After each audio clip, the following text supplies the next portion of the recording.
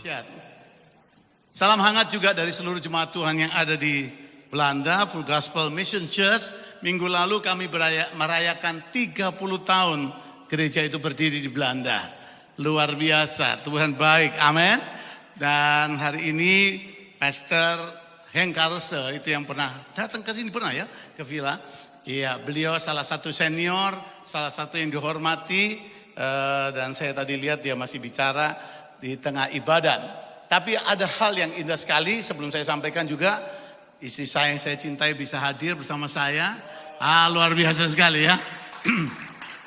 Dia seorang pengajar, dia seorang yang diurapi, seorang nabiah.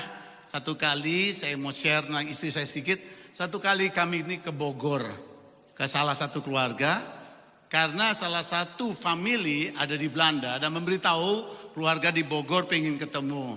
Oke. Dan suatu keluarga yang luar biasa, ya setia ke gereja, pengurus ya di gereja, sangat pokoknya mendukung pekerjaan Tuhan.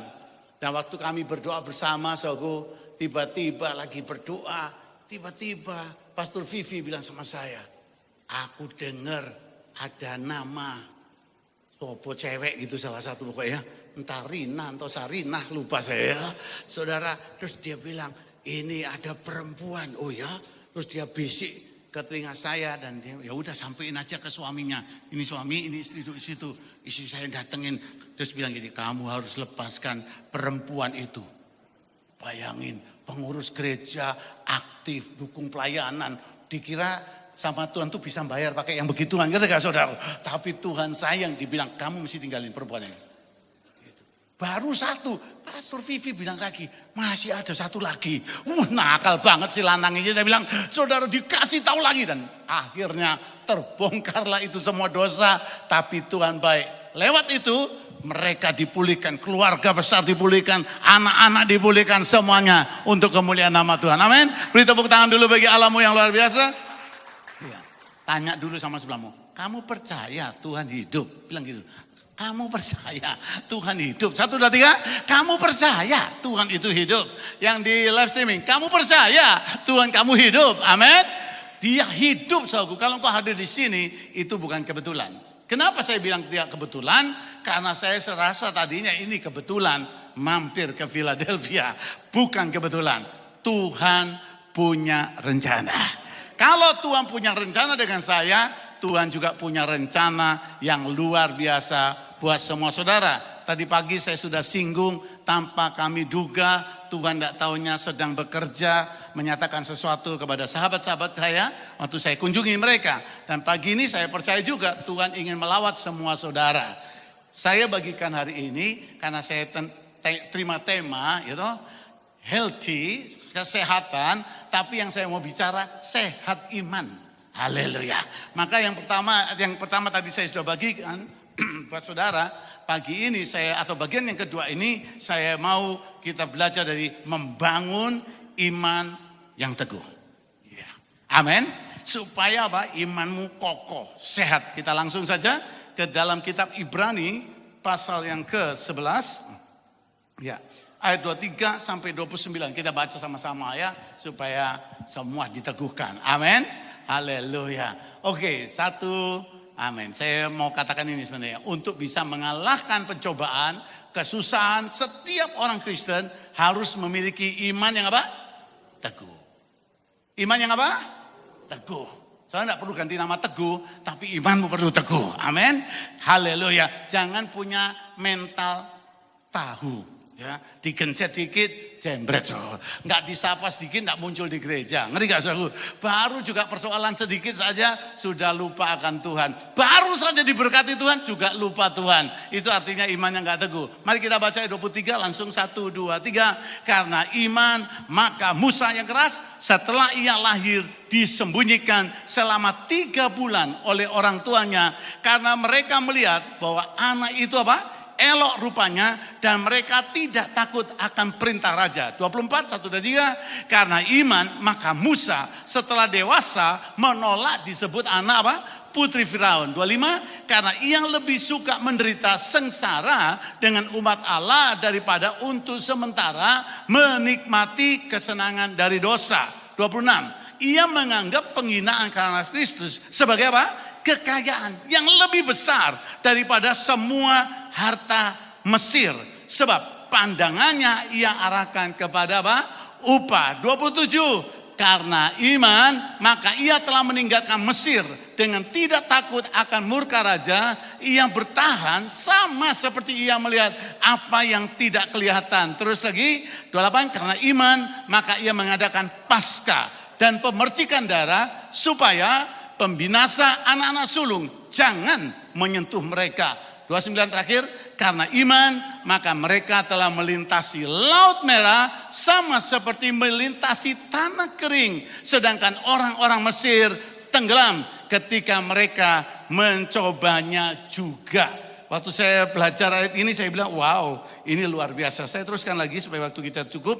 Untuk dipulihkan saudaraku, atau supaya iman saudara teguh, ada 5 hal, 5 syarat yang saudara perlu perhatikan dari ayat-ayat ini. Yang pertama, iman, ini bagus ya. Iman itu menuntut mana dia? Saya lihat dulu. Ya. Ya, iman menuntut siap menghadapi risiko. Jadi saudaraku, kekristenan apalagi di Amerika itu kelihatannya gampang. Zaman itu kalau saudara ikut Yesus, resikonya apalagi zaman Musa, kalau kita nggak menyembah Tuhan yang benar akan jadi masalah. Ya. Orang-orang kalau saudara lihat perhatikan pada perjanjian baru, orang-orang yang percaya Yesus dibantai loh, dibunuh. Ya. Kita masih bebas, masih punya leluasa untuk ibadah. Ya. Kami baru membaptiskan satu orang kemarin sebelum ulang tahun gereja. Kami ada baptisan air, salah satunya adalah anak muda, ya, bertato, pakai piercing, ya, baju udah acak-acakan, tapi dia kaget, saudara. Kenapa? Karena dia ketemu saudara seiman, dan waktu dia masuk di gereja, dia rasa ketemu sorga, dia rasa seperti keluarga, diterima apa adanya, dan dia terima Yesus, dia bertobat dan dia dibaptiskan. Tidak taunya dia dari keluarga yang sangat membenci kekristenan. Iya. Saudara, dia berkata dengan yakin bahwa saya mau ikut Yesus, saya ketemu Tuhan, saya rasa ketemu sorga. Luar biasa. Dia bilang waktu dia ikut kepercayaan orang tuanya, saudara, karena modelnya kayak begini, maka dia tidak diterima dan dikutuki. Dibilang kamu memang cocok untuk masuk neraka. Luar biasa. Tapi waktu dia terima Yesus, perubahan terjadi. Saudara, dia cerita kepada ibunya bahwa saya terima Yesus. Orang tuanya kaget, keluarga besar ini di daerah kota Den Haag sangat-sangat menolak, membenci anak ini. Tapi dia bilang, aku percaya Yesus Tuhan telah menjamah hidupku. Aku jadi anaknya, amin. Tapi yang kedua dia bilang, aku percaya Tuhan akan pakai hidupku untuk keluarga yang ada. Wow, amin. Dia masuk di youth. Maka anak saya Jessica bimbing dia, dan apa yang terjadi bersama dengan youth, dia nekat. Dia bilang apa? Kita bikin sel anak muda di rumah saya. Wow, kok hebatnya waktu dia bilang gitu, bapaknya mesti pergi. Ada acara ke luar negeri sehingga bapaknya nggak ada di situ. Gitu saudara. Bapak ibunya sehingga rumah itu kosong. Dia cuma kasih tahu ibunya, anak-anak dari gereja nanti ibadah di sini. Itu kalau ketahuan bapaknya bisa rame saudara katanya. Tapi anak ini bilang, aku mau supaya ada hadirat Tuhan di rumah. Maka Jessica meneguhkan, anak saya meneguhkan, itu seperti rumah Obed-Edom. Karena ada tabut Allah, akan ada berkat di sana. Maka anak ini tambah yakin, ayo kita ibadah. Haleluya. Saudara, tiba-tiba dia ditelepon bapaknya, kenapa? Karena tetangganya kaget. Karena tetangga ini saudara, orang-orang garis keras. Kaget saudara, kenapa? Karena dia menyembah Tuhan Yesus, naikkan pujian bersama teman-temannya. Tetangga yang lain dengar semuanya, ini apa-apaan nih? Bapaknya ditelepon, kaget bapaknya saudara. Dia bilang, anak ini bilang apa? Karena saya cinta orang tua saya mau mereka juga selamat. Wow, saudara lihat ini, iman menuntut siap menghadapi risiko. Saudara, kita mesti sehat iman kita. Amin. Halo, amin saudara ya. Ini lihat ini, Sadrak, Mesak, Abednego, kita akan buka saja contoh-contoh sedikit. Daniel pasal 3, kita langsung ke ayat 17-nya bilang begini. Daniel 3 ayat 17, sangat indah sekali, kita lihat sama-sama. Amin. Yes. Oke, sudah siap ya? Oke, jika Allah kami yang kami puja, kata Sadrak, Mesak, Abednego, melepaskan kami, maka ia akan melepaskan kami dari perapian yang menyala-nyala itu dan dari dalam tanganmu ya Raja. Sadrak, Mesak, Abednego dengan imannya kepada Allah yang hidup, dia tidak mau menyembah patung berhala buatan raja itu. Dan resikonya ini, ya, karena iman resikonya masuk dapur api. Ya. Dan karena mereka bilang terus terang, percuma raja ini. Jika Allah yang kami puja sanggup, ya, maka ia akan melepaskan kami dari perapian yang menyala-nyala itu dan dari dalam tanganmu ya Raja. Hebat gak tuh? Gak goyang sama sekali. 24, kita lihat sama-sama. Lompat ke 24-nya. Ini bagus sekali untuk kita ingat bahwa iman kita memang nuntut risiko. Kemudian terkejutlah Raja Nebukadnezar, lalu bangun dengan segera berkata ia pada para menterinya, bukankah 3 orang yang kita campakkan dengan terikat ke dalam api itu? Jawab mereka pada raja, benar ya Raja. Bukankah 3 orang yang masuk? Kok bisa kelihatan 4? Siapa yang satu itu? Immanuel, Allah beserta kita. Namanya Yesus Kristus. Beri tepuk tangan dulu bagi Allahmu. Amin, saudara. Kalau engkau teguh dengan imanmu, woi, saudara, Allah hadir.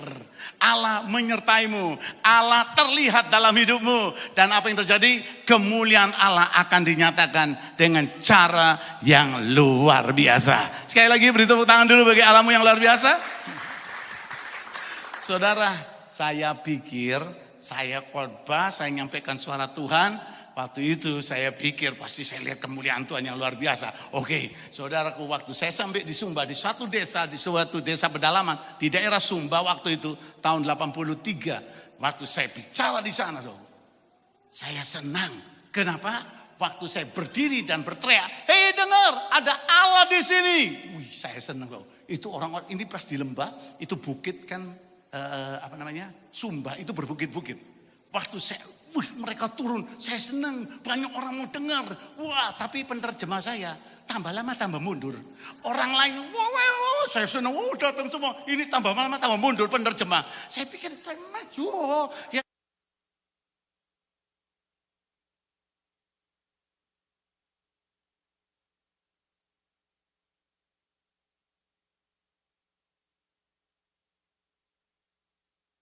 Tusukin ke telinga, di kuping, teriak-teriak, bawa samurai, bawa barang, semakin dekat, pas sampai dekat, ada suara yang keras di hati saya ini, lompat di mulut saya.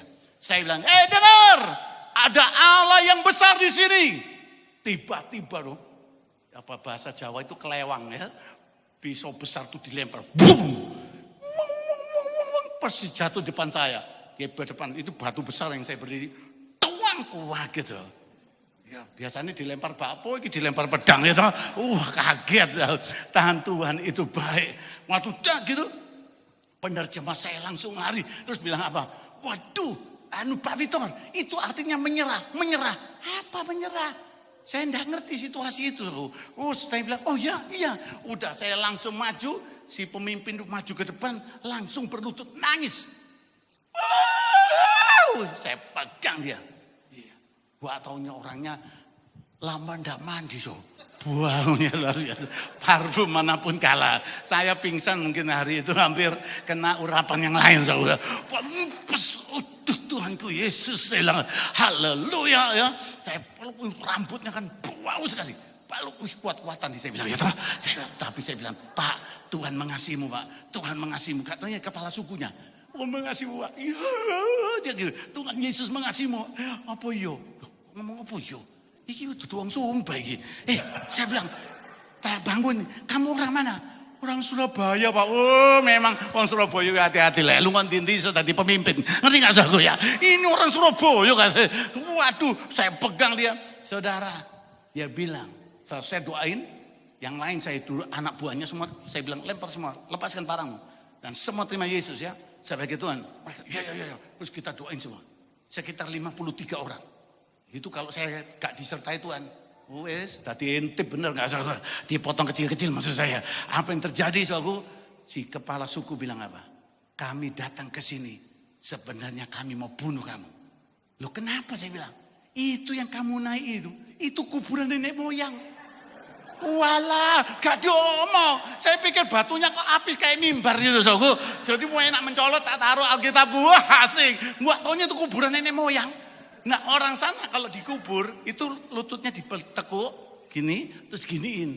Lah yang ini itu bagian kakinya untuk taruh sesajen. Yang ini wajah. Gitu. Terus tak injak-injak gini saudara. Waduh marah mereka. Maka saya bilang, ayo ada Allah di sini. Mereka rame-rame datang. Bukan mau denger itu. Karena nginjak nenek moyang ini saudaraku. Ya, tapi puji Tuhan. Allah kita luar biasa. Amin. Kalau seumpama. Oke, tepuk tangan dulu boleh juga. Haleluya. Kalau seumpama saya diberitahu dari awal. Gak mungkin saya injek ya. Bisa risiko besar. Gitu?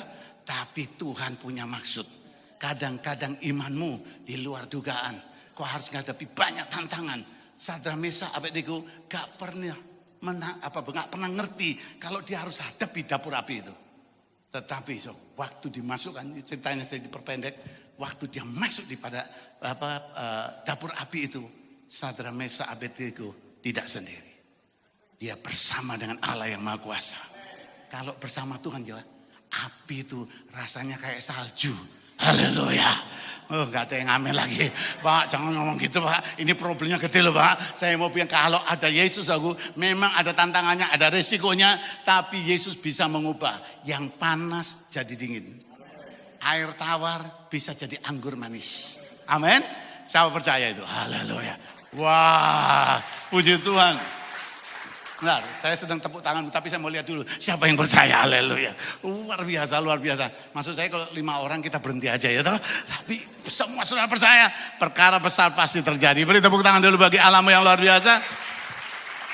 Oke, kita kembali ke contoh kita selanjutnya. Saya mau tunjukkan beberapa contoh ini supaya kita dapat pelajaran. Di bagian yang pertama yaitu iman menuntut ya siap menghadapi semua risiko. Nah, yang kedua, ini gak enak. Apa tuh? Gua singa. Ini gak enak. Iya bagus. Jadi lihat ini saudara. Dia ini, Daniel ini, kalau saya buka langsung saja boleh juga. Daniel pasal 6. Lihat contoh-contoh ini. Karena saya mau saudara sehat imannya. Kemudian bergegaslah para pejabat tinggi. Dan wakil raja itu menghadap raja. Serta berkata, ya Raja Darius, kekalah hidup tuanku. Terusin lagi. Lalu orang-orang itu bergegas masuk dan mendapati Daniel sedang berdoa dan bermohon pada Allahnya. Ayat ini saya lompatin tadi supaya nggak panjang. Pertama mereka puji rajanya ya, untuk beritahu Daniel itu nyembah Allah lain. Kan nggak boleh tuh raja, wah raja marah, ya benar gini. Maka saudaraku ayat ini dibawa sebuah batu, ke ayat yang tadi lagi sebelum ini. Kembali di ayat tadi, ayat yang ke-11. Nah, 11, 12, oke. Nah, lalu orang-orang itu bergegas-gegas masuk dan mendapati Daniel sedang berdoa dan bermohon kepada Allahnya. Mereka lihat itu, waduh, nekat, masih diterusin. Sudah diberitahu ini, sudah dilaporkan ke raja. Dia nekat tetap menyembah Tuhan. Lompat lagi tadi ayat yang tadi, sekarang, yes.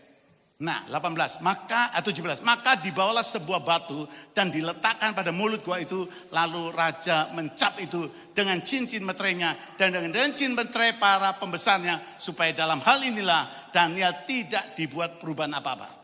Jadi akhirnya Daniel ditangkap, dimasukin ke lubang singa. Sumur singa gitu ya. Itu singa lagi lapar di sana. Zaman dulu singa-singa seperti ini bukan singa di kebun binatang yang siap makan, dapat makanan enak. Enggak, saudara. Ini singa-singa kelaparan. Daniel dimasukkan ke sana. Wow. Iman kita menuntut risiko. Tapi ingat baik-baik. Engkau tidak sendiri. Dia Allah yang Maha Kuasa. Kalau engkau berdiri pada kebenaran, kepada firman Allah, Tuhan bela, saudara. waktu Daniel dimasukkan ke sana, blub, ditutup batu besar. Artinya apa? Daniel boleh manjat, gak akan bisa buka batu ini. Kedua Pak, dimeterai pakai raja punya, terus semua DPR gitu, kasih tanda tangan. Sehingga tidak ada perubahan, gak bisa berubah. Mungkin engkau bisa menghadapi risiko itu, yang mengatakan tidak akan ada bisa merubah semua keadaan ini. Tapi ada Allah yang sanggup mengubah segalanya. Amin. Waktu saya baca ayat ini, saudaraku, saya terusin lagi pada ayat yang ke-23, 24. Lalu sangat sukacitalah raja dan ia memberi perintah supaya Daniel ditarik dari dalam gua itu. Maka ditariklah Daniel dari dalam gua itu dan tidak terdapat, garis bawahi, tidak terdapat luka apa-apa padanya. Gitu, nggak ada yang kecakar pun nggak ada, nggak ada karena ia percaya pada Allah. Ulang lagi kata-kata ini, dan tidak, oke 1, 2, 3 sama-sama, dan tidak terdapat luka apa-apa padanya karena ia percaya, ya, dia percaya pada Allahnya, gitu, nggak ada luka sedikit pun. Waktu saya baca ini, wow, risiko besar, tapi tenang, ada Allah yang Maha Kuasa. Amin, saudaraku. Ya, kalau ada satu anak muda di sini, karena kau percaya Yesus, terus pacarmu bilang, kamu ikut Yesus atau ikut saya? Apa jawabmu, hai anak muda? Oh, kelihatannya sudah tua semua. Haleluya. Tidak ya. Kau akan berkata, sekali ikut Yesus, aku tetap ikut Yesus. Hai anak muda. Amin. Amin.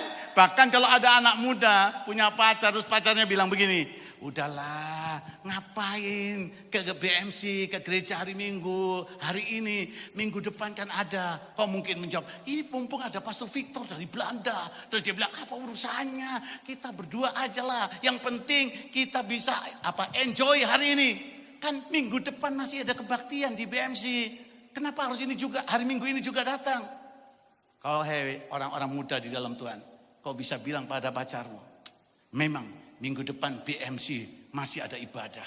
Masalahnya saya belum tentu hidup sampai minggu depan. Itu masalahnya. Haleluya. Amin, saudaraku.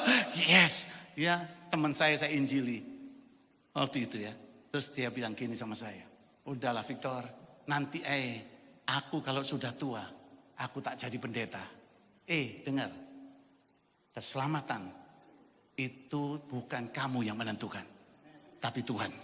Dan kalau hari ini engkau terima tawaran untuk menerima keselamatan, anugerah dari Tuhan Yesus, terima sekarang. Udahlah, dia mengondai. Udahlah Pak Pendeta, enggak usah ngomong banyak, kata gitu ya.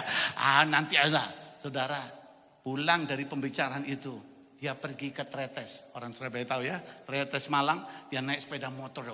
Waktu dia naik sepeda motor, dia dalam tikungan di tanjakan yang di atas itu, dia pulang, saudaraku. Setir dia gak bisa kendali. Dan dia terbang keluar ke jurang.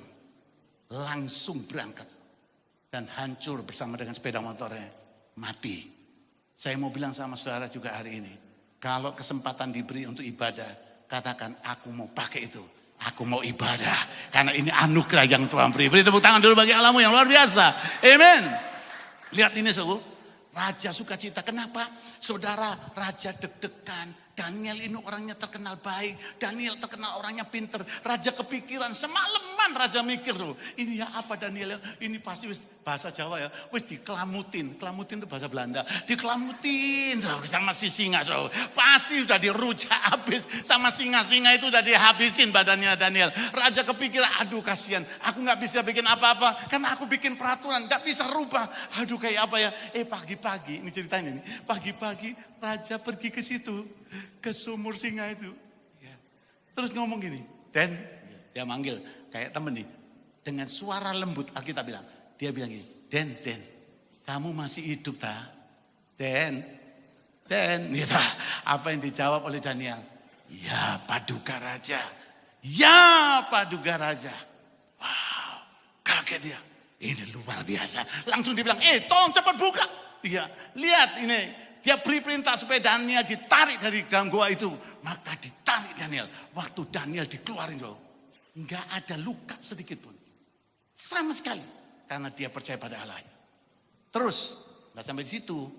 Raja waktu lihat tuh, wah luar biasa. Sekarang, tangkap semua orang yang bikin Daniel masuk gua singa. Saudara dengar? Kalau engkau berdiri pada kebenaran, memang ada risikonya. Tapi pembelaan Allah, kau akan lihat perkara yang besar di sana. Musuh-musuhmu akan dipermalukan. Amen, saudara. Dan apa yang terjadi ini dahsyat sekali, saudara. Waktu musuh-musuh itu ditangkap, saudara, orang-orang tadi yang marah sama Daniel dilempar ke sumur itu, ke gua singa ini. Waktu dilempar, Alkitab bilang apa? Sebelum mereka sampai ke tanah, mereka dihabiskan oleh singa-singa itu. Luar biasa. Dengar baik-baik. Ada Tuhan yang sangat peduli pada kita. Kalau engkau berdiri dan menuntut risiko dalam imanmu, dengar baik-baik. Dia tidak berdusta. Dia Allah yang besar. Beri tepuk tangan dulu bagi Allahmu yang luar biasa. Haleluya. Nah, yang selanjutnya saya lompat saja. Sekarang kita ke bagian yang kedua. Iman. Menuntut pilihan yang tepat. Kita baca ayat 24 tadi dalam kitab Ibrani. Ya. Kita sama-sama lihat Ibrani pasal 11 tadi. Haleluya. Kita lihat di situ. Yes. Ibrani 11 ayat yang ke-24. Amin. Saya waktu baca, saya renungkan hari ini khususnya. Karena saya tahu ini bukan kebetulan. Dan saya rasa supaya seluruh jemaat khususnya di BMC ini ngalami iman yang benar. Sehat imannya, teguh imannya. Karena iman, maka Musa setelah dewasa menolak disebut anak putri Firaun. Iman menuntut apa? Pilihan yang tepat. Ini yang saya kagumi dari apa yang saya pelajari, saya tulis. Saya ingin supaya ini jadi berkat buat semua saudara hari ini. Yaitu yang pertama, langsung ke bagian tadi. Next. Ya. Nah ini, Yosua memutuskan untuk memilih ia dan isi keluarganya untuk beribadah pada Tuhan. Daniel berketetapan untuk tidak menajiskan dirinya. Saya langsung kasih contoh ini. Saudara, iman itu menuntut pilihan yang tepat. Kau harus pilih. Ngerti tidak? Arti kata pilih itu saudara tidak bisa abu-abu. Gitu. Ya. Saudara jangan berdiri di perbatasan. Gitu loh. Percaya Yesus, ini tidak percaya. Terus saudara berdiri di perbatasan. Saudara kalau di perbatasan kau akan tergoda. Kau harus tinggalkan jauh-jauh. Amin. Sudah bertobat terima Yesus aku. Saya mau bilang sama saudara. Apalagi saudara dulu pemabuk. Minuman keras masih tergantung di lemari saudara. Masih kelihatan gitu. Banyak botolnya. Terus saudara bilang, hidupku yang lama sudah aku tinggalkan. Tapi hiasannya belum selesai. Natalan bulan Desember itu botol bisa bunyi semua. Enak loh iki. Bisa goyang-goyang letek-letek ngerti gak saudara? Terus saudara akan meluncur dan coba kembali dan terlibat lagi, masuk lagi. Iya. Satu anak berkata pada saya, Pastor Victor, saya tidak mungkin lepas dari Indonesia bilang narkoba. Saya nggak mungkin lepas. Saya bilang, kamu memang nggak bisa lepas. Karena kamu pakai kekuatan. Tapi kalau kamu ambil pilihan yang tepat untuk berkata, aku mau ikut Yesus. Walaupun keadaanku nanti berat. Dia bilang, kalau dia nggak sampai ngambil itu, narkoba itu, kalau dia nggak sampai nyepet, kalau dia nggak sampai ngambil sabu-sabu itu, maka dia nggak tenang hidupnya. Dia harus pakai itu setiap hari. Dia nggak mungkin lagi lebih dari 30 atau 40 tahun dia dibelenggu dengan hal itu. Tapi saya bilang sama dia, waktunya engkau pilih yang tepat. Pilih Yesus atau pilih hidup lama. Saudara, dia ambil pilih Yesus. Dia pikir, dia pernah alami. Waktu dia nggak ambil, dia gemeter. Kayak orangnya kedinginan, menggigil. Dia bertahan untuk tidak ambil, gak tahan loh. Waktu itu sebelum dia punya Tuhan. Dia cerit, gak tahan loh. Akhirnya pun dia lari, dia cari dan dia harus memakainya. Tapi sekali ini dia datang pada Yesus dan dia pilih yang tepat. Dia bilang, aku mau cari yang benar. Aku mau ikut Yesus. Sekali sekali Yesus, saya mau bilang sama saudara, sekali Yesus, selamanya Yesus. Sekali ikut Tuhan, selamanya ikut Tuhan. Katakan itu.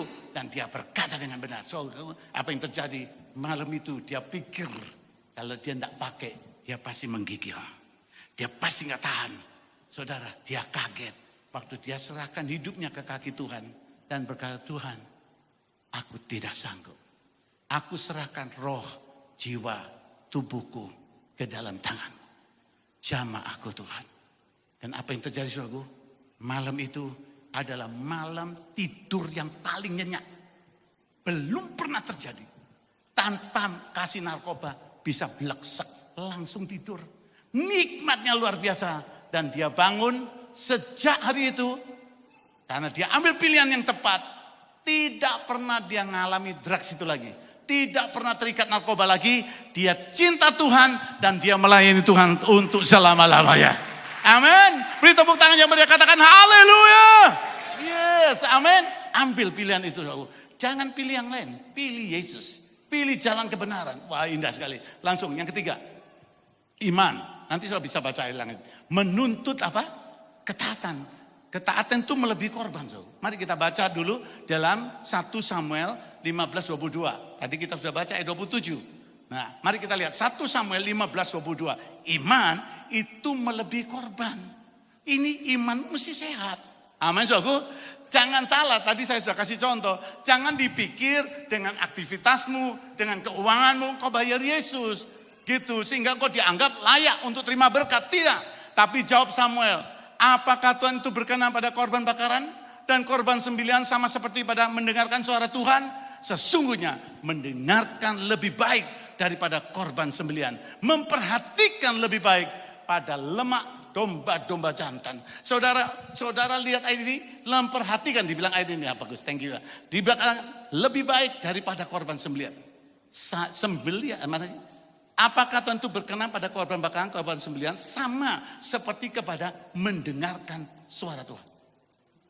Aktivitasmu itu akibat engkau punya persekutuan dengan Tuhan. Akibat firman Allah bekerja dalam dirimu, itu membuat engkau berani berkorban.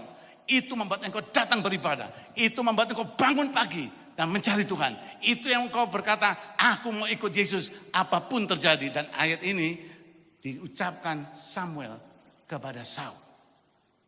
Saudaraku, ini waktunya. Iman kita mesti sehat. Saudara, apapun ya, keadaanmu, jangan berhenti. Katakan, Tuhan, peganglah tanganku. Tuntun aku. Saudara, di sini tidak ada Superman. Kalau ada orang sempurna di sini, langsung diangkat Tuhan ke sorga. Ngerti gak, saudara? Kenapa? Karena kan memang di sini ini tempat kita dibentuk, diproses. Apalagi kalau saudara cari gereja sempurna.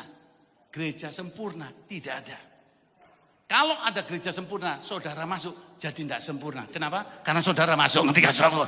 Hati-hati ya. Jadi dengar baik-baik, ini penting untuk saudara lihat. Tapi jawab Samuel, ini bagus sekali. Ini waktunya. Iman itu tuntut ketaatan. Ya. Saya mau dengar-dengaran. Kalau engkau diajak oleh gembalamu bagikan sesuatu. Kau tinggal berkata, kalau aku lihat bagaimana cara hidupnya, dan dia telah menuntun gereja ini sekian tahun, aku mau ikut dia. Apapun. Kok yang amin tinggal 5 orang itu. Yang lain, yes. Amin, saudara. Kalau engkau berani, kau berkata, yes, aku mau Tuhan. Aku mau. Kalau engkau bisa dengar-dengaran kepada orang yang kelihatan, lebih gampang nanti ikut Tuhan yang tidak kelihatan. Kalau engkau tidak dengar-dengaran sama yang kelihatan, engkau susah untuk ikut yang tidak kelihatan. Hai anak-anak muda, kalau engkau bisa hormat dengan orang tuamu, bersyukurlah, itu anugerah. Alkitab bilang, panjang umur dan kebahagiaan ditentukan oleh orang tuamu juga. Ini langsung roh saya ada suara. Kalau ada di antara saudara pernah menyakiti hati orang tua, saya mau katakan kepada saudara, hari ini juga ambil langkah, saudara kirim surat atau kalau perlu telepon dan berkata, Pa, Ma, Dad, Mom, sorry, aku pernah keliru, aku pernah ngelawan engkau, aku berontak terhadapmu. Saudara, waktu engkau ucapkan itu pintu sorga terbuka pintu neraka tertutup buat saudara. Amin. Yes. Mungkin kau bilang gini, iya tapi bapakku orangnya begini-begini. Biarin, tapi dia tetap bapakmu. Berdoalah buat bapakmu. Amin. Ya, satu putri, satu wanita maksud saya pikir dia hamil tuh, hamil tua. Tak taunya itu kanker di perutnya. Waktu didoain dia mencerit dan keluar lumpur dari bawah. Bau busuk sekali. Saudara dengar baik-baik. Waktu kami berdoa, Tuhan kasih tahu bahwa dia membenci ayahnya. Kenapa? Karena ayahnya cuman gampang menjanjiin. Kalau kamu naik kelas, beli ini, enggak dibeliin. Kalau kamu naik kelas, dibeli ini, enggak jadi beli. Lulus SMA, dibeliin sepeda motor, enggak dibeliin. Nancep, tambah lama, tambah dalam. Cuman gitu doang. Jadi please Bapak Ibu, jangan suka janji. Gue betul. Amin, tahan gitu. Memberi semangat itu boleh. Tapi kalau janji, mesti ditepati. Kalau enggak luka, dan anak itu masuk. Cuman begitu doang. Benci sama ayahnya. Karena janji tidak tertepati. Tapi saya bersyukur Bapak di surga kalau janji pasti menepati. Haleluya, beri tepuk tangan dulu bagi Allahmu yang luar biasa. Amin, saudaraku. Wah, kalau saya mau cerita tentang Bapak di surga terlalu hebat. Ya, amin. Saya pernah bersaksi di sini kok. Ya, waktu itu saya berdoa sama Tuhan. Tuhan, berkati saya. Saya mau kawin, Tuhan. Saudara kalau menikah mesti ngomong kalau mau, ngerti gak saudara? Kalau nggak mau juga ngomong sama Tuhan. Itu saya mau, saya bilang Tuhan saya mau menikah Tuhan. Ya toh. Dan dulu saya enggak punya nomor bank tuh. Saya dulu melayani Tuhan, melayani saja gitu. Disuruh Tuhan kemana silakan. Dulu maaf ya, kalau pelayanan terima persembahan, malu tuh. Sampai saya harus diajari oleh hamba Tuhan. Pak Damaris bilang gini sama saya almarhum. Kalau kamu terima persembahan Victor, itu artinya engkau buka pintu berkat buat dia. Oh coba tolai. Lain kalau kamu disuruh Tuhan. Oh gitu toh. Dulu malu saya bilang. Ngapain mau melayani Tuhan kau terima persembahan. Itu dulu saya. Saudara apa yang terjadi saya mau bilang. Saya bilang Tuhan tapi ini mau nikah Tuhan. Dano duwe. Ngerti gak saudara? Saya bilang Tuhan kau tahu saya mau Tuhan. Dan Tuhan kasih lihat waktu pertama saya lihat Pastor Vivi ya. Di Bandung. Saya lagi KKR bersama Pak Jeremy almarhum. Waduh, saya anak buahnya gitu. Saya seringkali karena baru dipakai Tuhan, jadi Pak Yeremi Arim almarhum tuh selalu nyuruh saya yang pertama maju. Jadi saya tuh kalau KKR, saya mesti siap-siap. Kadang-kadang Pak Yeremi Arim langsung bilang, ya Fik kamu yang khotbah duluan. Enak aja pemimpin gue. Dia bilang gitu. Gak taunya dia melatih iman saya. Nah saya mau bilang semesta, persis saya lihat Pastor Vivi. Dia pimpin pucuk, keren banget tuh. Di Bandung, saya lihat pitanya merah, baju merah, sepatu merah, meja, keren banget. Salah. Semua orang, ribuan, puluhan ribu orang. Mari kita angkat tangan, memuji Tuhan, mari bersorak. Saya bilang ini yang kayak gini nih Tuhan, berikan buat saya. Tuhan tuh langsung denger, langsung diputar supaya masuk di hatinya. Haleluya. Dan saya mau bilang waktu nikah, saya ini bilang Tuhan, saya perlu Tuhan, saya perlu banget. Iya, saudara, Tuhan bilang, Yesaya 60 ayat 5. Kekayaan dari seberang laut akan datang padamu. Makanya suka baca Alkitab. Kalau nggak baca Alkitab, Tuhan susah ngingetin. Ngerti nggak? Mau diingetin apa? Dia nggak inget apa-apa. Ya toh? Nah, baca saudaraku. Bilang sama sebelahmu, baca. 1, 2, 3 apa? Baca. Gitu, so. Tiba-tiba dia bilang kekayaan dari seberang laut akan datang kepadamu. Waktu saya baca Yesaya 65, wow, saya bilang wah bagus sekali ya. Di hati saya, iki dongeng. Saya bilang gitu. Ini dongeng nih ceritanya. Bolehlah ditayangin dulu deh supaya siapa tahu ada yang dapat remanya. Yesaya 60 ayat 5 boleh ya? Lompat dulu keluar dari sini, ya. Oke. Langsung saja buka dulu supaya semua bisa baca. Oke. Nah, pada waktu itu engkau akan heran. Melihat dan berseri-seri. Heran, melihat dan apa? Saudara senyum terus. Mantap. Engkau akan tercengang. Wow. Ya, sama-sama 1, 2, 3. Kurang kencang. 1, 2, 3. Wow. Nah, apa? Dan akan berbesar hati.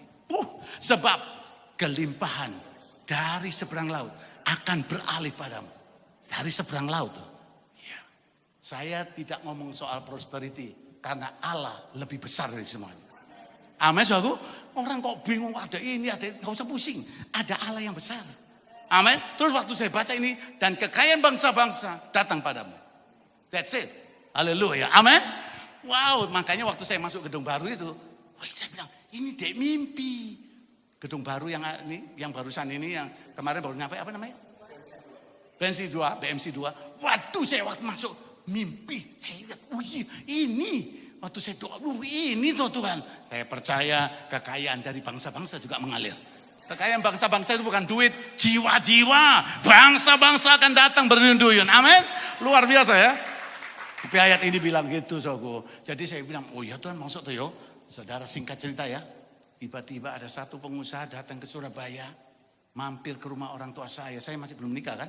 Tinggal di rumah orang tua saya. Tapi saya pulangnya malam. Dia nunggui sampai jam 11 malam.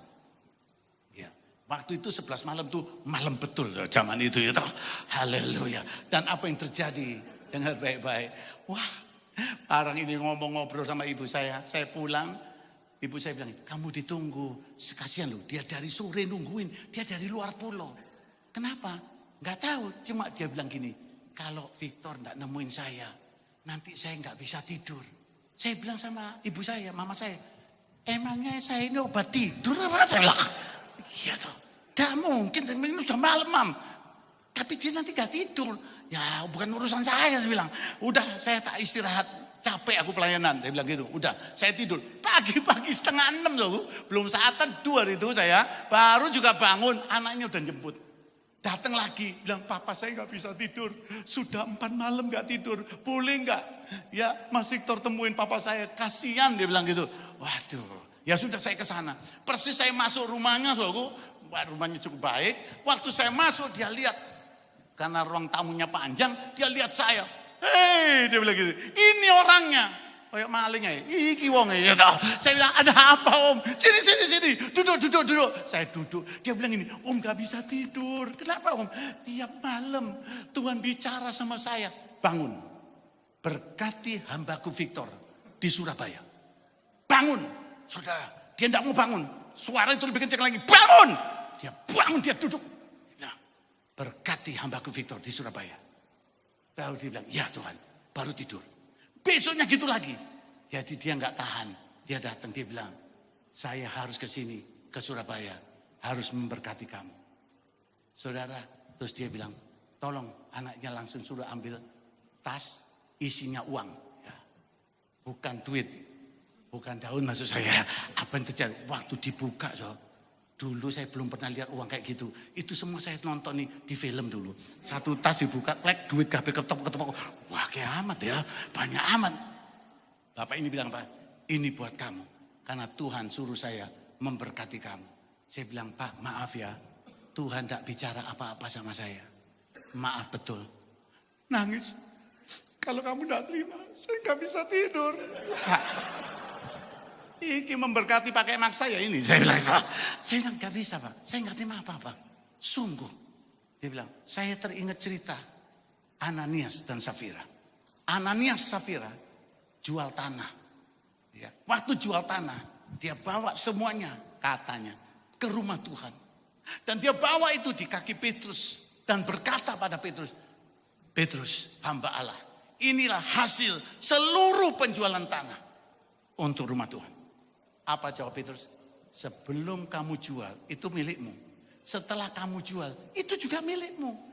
Kenapa kamu mendustai Allah? Langsung Ananias mati di bait Allah. Mau nggak kayak gitu di sini? Bujuk mate. Nih bu mati, minum. Wah keren banget itu. Nggak ada yang ngamen. Kok tambah matanya mengkerdit lihat saya. Saudara, ini luar biasa sekali. Ananias langsung waktu bilang, apakah itu bukankah milikmu juga? Mengapa engkau mendustai Allah? Mati Ananias. Muncul si ibu Safira.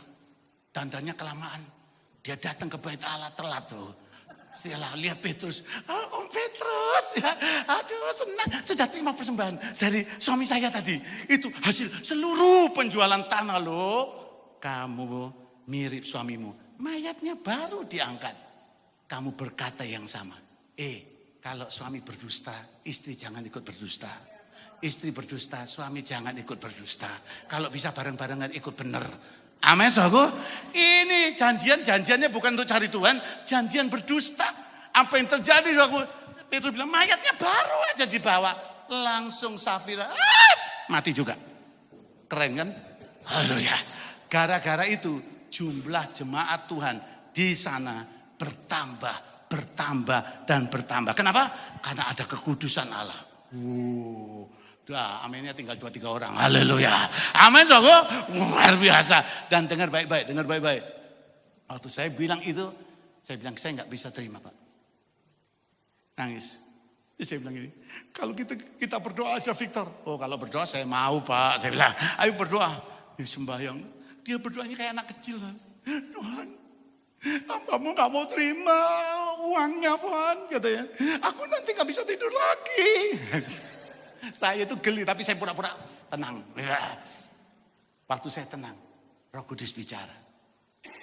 Yesaya 60 ayat 5. Yesaya 60 ayat 5. Yesaya 60 ayat 5. Persis ngomong gitu. Si bapak ini tiba-tiba langsung meluk saya. Haleluya, haleluya. Saya buka mata, ada apa, Om? Dia bilang, ayo, Tuhan tadi bilang sama saya, aku sudah bicara pada hambaku. Ayo, dia langsung kasih uangnya. Ayo terima, katanya gitu. Haleluya. Saya bilang, iya ya Om, saya bersyukur Om, Tuhan baik. Saya bilang gitu, saya nggak kasih tahu apa ayatnya. Itu. Dan itu cikal bakal supaya saya bisa menikah. Karena hamba Tuhan mengundang ini gak diundang gak enak. Mertua punya keluarga, teman-teman baik banyak, ya toh. Oh ya kuno, iki kalau gak diundang ngamuk kabeh, bingung saya. Paling sedikit kurang lebih 1.500 orang harus hadir. Duitnya sopo, saya bilang gitu. Tuhan tolong, Tuhan itu baik, luar biasa. Sampai saya gede-gede, gak pernah lihat duit segini. Dan saya pernah ngomong sama Tuhan, Tuhan, kalau saya nikah ya, boleh ngomong gitu, boleh. Bapakmu, bukan orang lain. Saya bilang, Tuhan, kalau saya nikah ya, saya itu mau kasih emas kawin. Gitu, masuk emas kawin ini Alkitab. Terimalah ini, gitu. Ini semua komplit, gitu. Kan enggak begitu. Saya mau kasih tunjuk juga kan. Tuhan kasihlah di antingnya ada berlian sedikit lah ya. Kasihlah kalung ada berliannya sedikit lah ya. Di gelang ada berliannya sedikit lah ya. Di ada berliannya sedikit lah ya. Saya bilang gitu. Masa tuh Tuhan kok tidak dengar? Saya bilang gitu. Tuhan tolong saya. Saudara, Tuhan. Kalau saudara Surabaya zaman dulu itu ada Wijaya Shopping Center. Itu tempat jual emas. Saudara, setelah saya dari situ sore saya masuk Wijaya Shopping Center kayak Rembo tidak pernah kalah itu. Jadi saya masuk, wah, saya keliling sama masuk Wijaya Shopping Center, naik turun, saya lihat lagi, naik turun, mana toko yang cocok ini ya, tak lihat, jalan lagi, terus ada satu toko itu apa namanya itu bisa kayak lampu Natal. Mati, nyala, mati, nyala, mati. Saya lihat, bagus sekali. Terus saya kelilingi terus, saya balik lagi, saya lihat lagi, pegawai toko masih keluar semua. Kira-kira kating ngerampok hari itu, mau karena dilihatin terus tokonya. Terus saya berhenti, saya bilang, Mas, saya itu mau bikin emas. Oh gitu tuh Mas. Di tengah itu ada ruangan tempat bosnya. Saya bilang, boleh nggak aku ngomong sama bosmu? Oh, boleh, saya panggil, saya kasih tahu dulu. Saya kasih tahu katanya. Dia ngomong sama bosnya lihat saya, masuk, katanya gitu. Saya masuk nemuin bosnya, pas saya duduk, saya lihat bosnya lagi bikin cincin, gelang, kalung, semuanya V. Victor, Vivi. LV, Le Victor, Le Vivi maksudnya. Wah, luar biasa saudaraku, luar biasa. Saya tanya, kok ini buat siapa? Enggak, lagi coba-coba. Kok bikin saja buat saya. Dia lihat saya, sandal jepitan lagi. Dia lihatin saya dari atas. Dia bilang, ini mahal. Kau kasih harga, saya bayar. Dia tanya, kamu siapa? Saya hamba Tuhan. Hamba Tuhan, gak pakai nawar. Jangan kurang ajar, saya bilang ya. Jangan ngerusak nama alma mater hamba Tuhan, saya bilang. Saya mau berkati kamu, saya bilang gitu. Dia lihat saya, dia bilang benar Pak. Saya pengen ini, betulan, ini mahal loh. Gak apa-apa, bikin aja. Saya mau. Ya, terus kita ngomong, sharing. Saudara, si bapak ini dijamah Tuhan. Si engkau nangis terima Yesus. Saya peluk dia. Dia bilang, oh Tuhan terima kasih Tuhan. Kau jamah, dia nangis. Kenapa? Dia sedang menjerit buat kekasihnya. Istri yang dia cintai kena kanker stadium 4. Dia nangis di situ. Dia bilang, istriku dalam keadaan gawat Pak. Sungguh. Dan aku minta kamu ke rumah. Tolong. Saya rasa damai hari ini. Saya terima Yesus. Saya datang ke rumahmu besok. Saya datang ke rumahnya. Saya lihat istrinya. Udah lama sekali. Aduh mukanya tertarik. Berat gitu. Kayak kena kankernya itu. Aduh kasihan.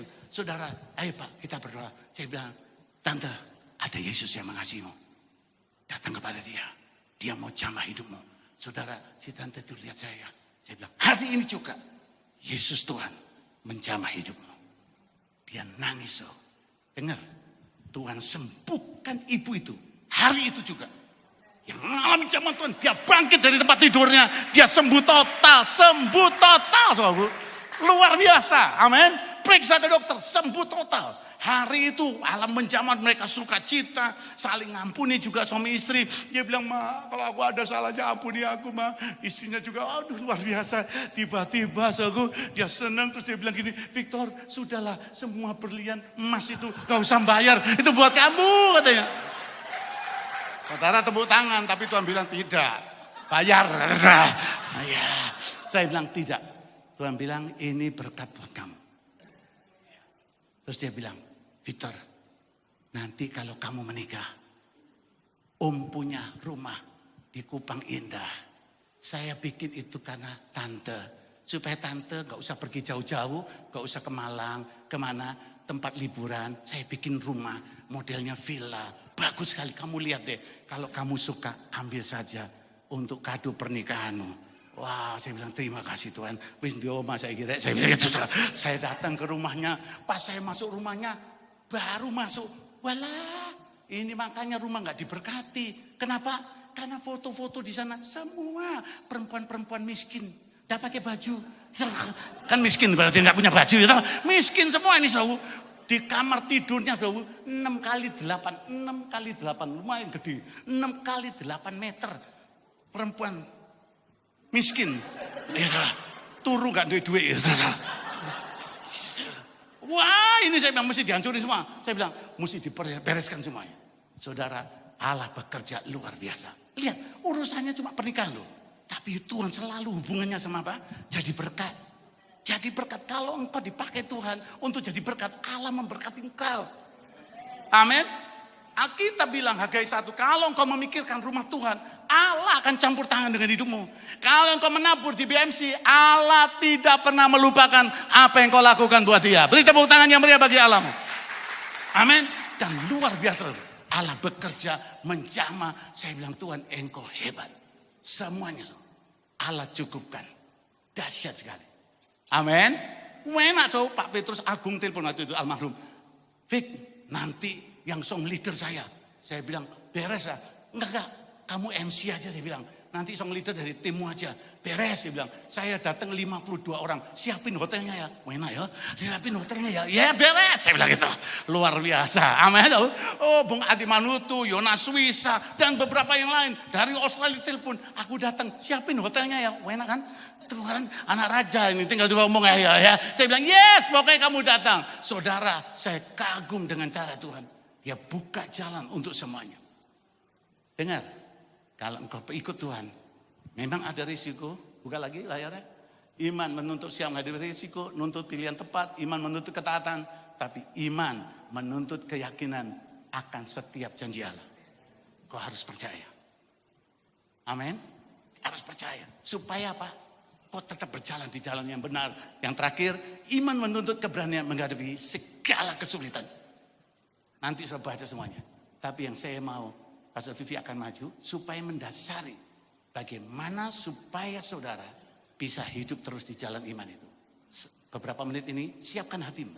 Dan saya rasa waktu saya berdoa, karena waktu itu kemarin Pastor Lukas cerita, saya merenungkan apa yang perlu Tuhan bicara buat jemaat ini. Hamba-hamba Tuhan sudah diutus di sini. Apa yang Tuhan mau? Dan Tuhan bilang, aku mau sehatkan iman dari anak-anakku di BMC. Karena ada perkara besar akan terjadi. Pastor Vivi boleh maju langsung segera. Haleluya. Beri tepuk tangan dulu bagi Allahmu yang luar biasa. Ini hal praktis yang saudara perlu tahu supaya engkau bisa jalan dalam kemuliaan Tuhan yang luar biasa. Shalom, shalom, puji Tuhan. Saudara, kita menghindari keadaan bahwa iman kita cuma teguh kalau di gereja. Iman kita cuma teguh kalau mujizat itu betul-betul kelihatan. Tapi yang diperlukan oleh Bapa di sorga adalah keselamatan yang kekal dari setiap kita yang percaya kepadanya. Amin. Karena semua persoalan kan pasti berlalu. Akan tetapi hidup kita sampai kepada kekekalan. Amin. Saya meyakini bahwa Allah telah melengkapi gereja ini dengan janji-janjinya yang luar biasa. Itu sebabnya Dia ingin kita semua punya kiat-kiat yang sederhana, tapi itu bukan cuma hanya hari ini, minggu depan, bulan depan, tapi sampai akhir hidup kita. Amin. Yang kedua, itu nggak berhenti di kita. Berhentinya, akan terus kepada generasi demi generasi. Amin. Sampai cucu cicit semua akan mewarisi hidup yang kekal. Karena berkat tidak membuat kita masuk surga. Yang membuat kita masuk surga adalah Tuhan Yesus sendiri. Amin. Percayakah saudara kalau firman-firman yang kita dengar pada hari-hari ini akan bisa kita pegang sampai kita menutup mata. Dan bukan hanya pelayan Tuhan yang kuat dalam iman, tapi setiap saudara dan saya. Dan orang-orang yang akan kita menangkan di dalam Yesus. Oke, ada sedikit hal yang ingin saya bagikan pada saudara. Kita perlu mengetahui bahwa hati Bapa itu dari Yohanes 3 ayat 16-17. Nanti baca ya di rumah ya. Allah mengasihi seluruh dunia supaya barang siapa yang percaya tidak binasa, tapi semua orang diselamatkan. BMC ini ada supaya Amerika diselamatkan Tuhan. Amin. Enggak berhenti cuman kota Philadelphia, sampai 2 gedung loh saudara. Halo. Amen. Itu karena ada bangsa-bangsa yang Tuhan cinta, yang Tuhan sayang, yang Tuhan ingin selamatkan. Dan untuk itu engkau, terutama saudara-saudara yang ada di sini, dipersiapkan Tuhan untuk memiliki yang pertama, basics of believer. Siapa yang percaya Tuhan Yesus di sini? Yes, amin. Oke. Kita punya dasar yang paling sederhana. Yang pertama adalah devotional life. Hidup yang didedikasikan. Amin. Dan itu bukan, orang suka pikir devotional tuh selalu saat teduh. Iya betul, tapi bukan itu saja. Nah, devotional life itu adalah kehidupan saudara dan saya tiap-tiap hari yang membuat kita punya sebuah relasi pribadi. Amin. Dimulai dari devotional time. Di mana kita set apart, betul nggak saudara ya? Kita sisihkan waktu, kita siapkan waktu, kita buat make a time, kita ciptakan waktu untuk secara pribadi bisa membangun relasi yang dekat. Amin. Halo. Kalau nggak iman kita kan nggak teguh dong. Di sekolah, di pekerjaan, di rumah, di marketplace itu selalu ada tantangan. Tapi bagaimana? Tadi contohnya ada Daniel, Sadrak, Mesak, dan Abednego. Dan ada saudara dan saya. Bagaimana bisa tetap teguh? Ingat baik-baik, devotional life. Bisa sama-sama bersama saya sebutkan? Hidup yang didedikasikan. 1, 2, 3. Hidup yang yaitu devotional life. Yang kedua yang kita perlu, saya mengerti bahwa setiap saudara itu punya punya hal-hal indah dalam hidup ini. Itu sebabnya kita perlu church life yang kedua. Church life itu adalah ibadah bersama tapi ada relasinya. Kalau hanya untuk datang beribadah cuma perlu pintu aja, benar nggak saudara? Halo? Cuma masuk tok aja gitu. Tapi hidup berjemaat itu relasi. Mungkin di sini juga seperti itu. Orang-orang yang rindu melayani itu pertama baiknya di 2 pelayanan. Yaitu penerima tamu atau logistik. Setuju? Ya kalau penerima tamu kan jadi kenal semua jemaat, betul nggak? Halo? Kalau logistik merasa ini rumahku, aku bertanggung jawab juga di sini. Saya bukan datang hanya seperti tamu, tapi ini tempat aku berkarya. Amin. Nah, memang dalam hidup ibadah bersama itu bagus, bisa nyembah Tuhan, nyanyi, bisa muji Tuhan, dengar firman Tuhan baik. Tapi itu masih satu arah. Kita perlukan di samping itu cell life atau kelompok sel. Itu adalah komunitas kecil tapi yang dekat gitu loh saudara. Karena kita bisa sharing. Terbuka, nggak usah malu, saling doakan dan sebagainya. Di sini ada kan ya Bapak Ibu ya. Nah, ayo datang, iya datang. Iya datang. Siapa yang belum ikut? Ya itu deh. Siapa yang belum ikut kelompok sel? Segera ikut. Amin. Karena di situ Anda akan lihat, wow, Tuhan luar biasa. Saya punya problem yang sama, dia ditolong, saya pasti ditolong. Amin. Saya punya pengalaman pribadi dengan Tuhan, saya bisa meneguhkan saudaraku yang lain. Dan yang berikutnya adalah connection. Lagi-lagi terbagi atas church connection, cell connection, dan training. Bapak Ibu Saudara, untuk iman yang teguh kita perlu belajar seperti Kisah Rasul pasal yang kedua. Gereja mula-mula mereka bertekun dalam pengajaran rasul-rasul. Saya kurang tahu di sini namanya apa, tapi umumnya disebut Bible study. SOM. Amin saudara. Kalau belum ikut, ikutlah. Amin. Oh ya amin, suami saya siang. Amin. Amin. Kenapa? Dengan itu kita diperlengkapi dengan janji-janji Tuhan. Dan yang terakhir itu adalah obedience. Saya yakin bahwa Bapak Ibu Saudara cinta Tuhan. Amin. Tapi kita gak cuma cinta Tuhan, kita cinta tubuhnya. Dan di dalam ketaatan itu kita bisa hormat kepada Bapa di sorga. Kita hormat kepada pastors, pemimpin rohani yang Tuhan berikan. Kita bisa respect kepada orang tua. Kita bisa respect kepada pemimpin-pemimpin yang ada walaupun mereka banyak kekurangan. Dan ketaatan itu bicara, I follow you. I listen to what you said and I do what you want. Amin saudara. Saya meyakini bahwa 5 hal ini memperlengkapi gereja Tuhan akhir zaman. Ayo sama-sama kita dedikasikan kembali hidup kita kepada Tuhan. Oke? Mari sama-sama bangun relasi yang dekat dengan Tuhan. Yang kedua, ayo saling berkenalan. Saling bangunlah sesuatu di mana kita satu dengan yang lain bisa kagum akan kebaikan Tuhan. Dan ayo ikut bergabung dalam sel. Karena saya yakin engkau akan diberkati. Kami punya suatu moto ya Pak Ibu. Di dalam sel, Yesus ada di tengah kita untuk memberkati engkau melalui saya. Yesus ada di tengah kita untuk memberkati saya melalui engkau. Amin. Itu yang membuat kita taat kepada Dia. Amin. Kalau Anda gak keberatan, kita berdiri sebentar sama-sama. Kita mau berdoa.